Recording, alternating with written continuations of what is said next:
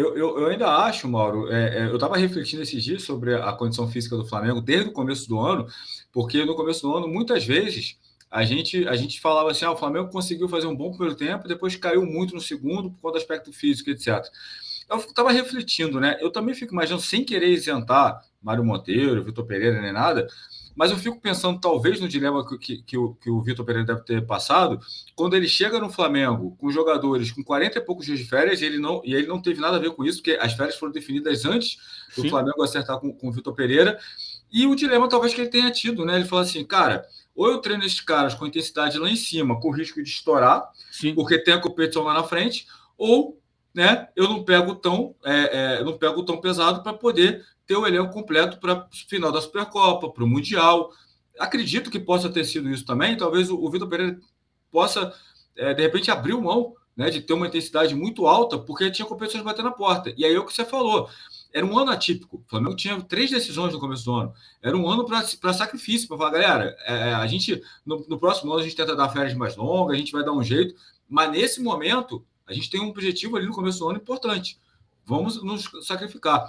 Então, eu não sei se é viagem minha, Mauro, mas talvez o Vitor Pereira não tenha sido muito intenso, cobrado muita intensidade nessa parte física no início, com medo de estourar jogadores importantes na porta de competições que deveriam ser levadas pelo clube como prioridades, né? Mundial e etc, né?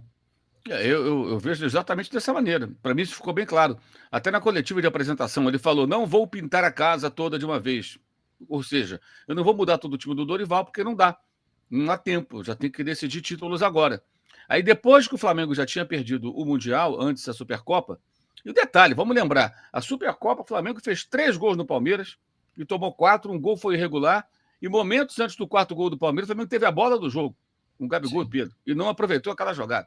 O jogo foi um jogo maluco, de muitos erros. Os dois times jogaram muito mal, na minha opinião. O jogo, mas foi um jogo emocionante. Um jogo emocionante não é tecnicamente um bom jogo obrigatoriamente.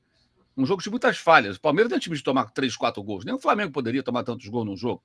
Mas foi um jogo aberto, que é Supercopa, começo de temporada, ninguém está na ponta dos cascos. Natural que assim seja. Um bom entretenimento, né? Mas poderia ter vencido. Ou ido para os pênaltis, porque o 4º gol, repito, foi irregular, né? Ponto. O jogador impedido impede que o goleiro faça a defesa. Aquilo não é gol irregular. O que é gol irregular? Né? Faça-me um favor. Enfim. Mas não atenua os problemas do time, mas é um jogo de pré-temporada. É um jogo que está começando. Supercopa é assim no mundo inteiro. Você está tentando engrenar. Aí vem o Mundial. O Flamengo jogou muito mal. O Gerson foi muito juvenil naquela jogada, mas o árbitro foi rigoroso pra caramba também. Existem alguns detalhes que não podem ser ignorados pelo torcedor do Flamengo. Ou seja, o Flamengo foi mal, não fez muito por merecer, mas também teve suas dificuldades ali que, vou te contar com a arbitragem. Poderia ter pelo menos se classificado para jogar com o Real Madrid, sim. Foi um papelão? Foi um papelão enorme. E está marcado na história do clube e dos jogadores. Ponto. O pênalti do Mateuzinho no começo, querendo ou não, mexe com o emocional. Você entra numa competição e já sai atrás no Aí, começo. aí vem um dos erros do Vitor Pereira, acreditar no Mateuzinho. Né? E o Flamengo ainda acredita, porque até agora não contratou outro lateral, vamos ver se vai contratar. Então vai ter que jogar uma hora. O Mateuzinho foi reserva do Rodinei o ano inteiro e se acomodou na posição. Um jogador jovem que se acomoda como reserva do Rodinei, que é um atleta super irregular, um cara errático, né, capaz de fazer bons jogos, de tabelar para a jogada do gol do título da Libertadores e fazer um gol contra sem ninguém mais pressionando ele e dando a vitória ao Corinthians naquele jogo. O Rodinei é isso. Né? É isso. É claro que as pessoas agora só ficam fazendo um recorte favorável. Só que de 2016 até 2022, você vai colecionar muito mais erros do que alguns acertos dele. Teve uma fase ali que as coisas melhoraram. E você ser reserva do Mateus, do Rodinei e aceitar, já demonstra que alguma coisa não está legal. Enfim, mas ele errou porque acreditou no Mateuzinho. Aí vem a Recopa. O Flamengo joga uma partida na altitude, ali o resultado negativo. O primeiro tempo foi melhor, finalizou mais do que o Del Valle, não aproveitou a velha história dos gols perdidos, né? Aí perde de 1-0. E no Maracanã, de novo, um caminhão de gols perdidos, era para resolver aquilo no primeiro tempo.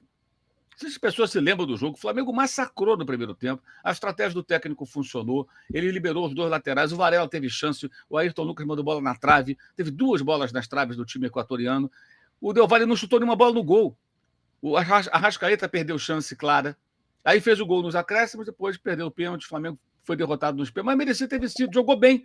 Ali foi o primeiro jogo de um trabalho mais autoral em que o Vitor Pereira fez uma mudança maior no time, só ali. Por quê? Porque não pode fazer, porque não teve condições, fosse quem fosse o técnico. Ah, mas se ficasse o Dorival, não sei o que ia acontecer, porque o final do ano passado o Flamengo está muito mal, gente. Então, qual seria o Flamengo do começo do ano? Aquele Flamengo songamonga? Ah, não, mas aí muda tudo, que outra temporada. Será que muda? Não sei se muda assim, vira um botão assim, não sei se muda, porque desmobilizou, o time se acomodou. E o Dorival, assim, isso é importante as pessoas entenderem. O Dorival é um bom técnico, é um cara muito bacana, extremamente educado, gosto muito dele. E, assim, pessoalmente, acho uma das pessoas mais legais do futebol, extremamente educado, gosto de conversar com ele, tudo. Eu não sou de fazer amizades no futebol, não digo que ele seja meu amigo, mas é uma pessoa que sempre que eu conversei com ele, converso com ele, é sempre muito educado. Gosto muito dele, torço pelo sucesso dele, é uma pessoa bacana, uma boa pessoa do futebol. Mas o Dorival, ele é um técnico que ele tem uma grande virtude, que é ajustar os times e resolver apagar os incêndios. O segundo passo é o desafio dele. Vai ser agora no São Paulo. Ele já está fazendo isso de novo. Mas vai chegar uma hora que o São Paulo vai ter que mostrar mais. Esse é o desafio dele. Não estou dizendo que ele não será capaz. Estou dizendo que esse é sempre um desafio para ele. E ele conseguiu fazer isso no Flamengo, mas aí o segundo passo, não sei se ele conseguiria dar. Então, existem muitas dúvidas. E o Flamengo não se preparou adequadamente. Mesmo que fosse o Dorival, se voltasse no dia 2 só de janeiro, ele ia ter os mesmos problemas do Vitor Pereira. E aí com culpa dele também, porque ele teria concordado com essa volta tardia das férias. Então o Flamengo faz tudo errado, gente.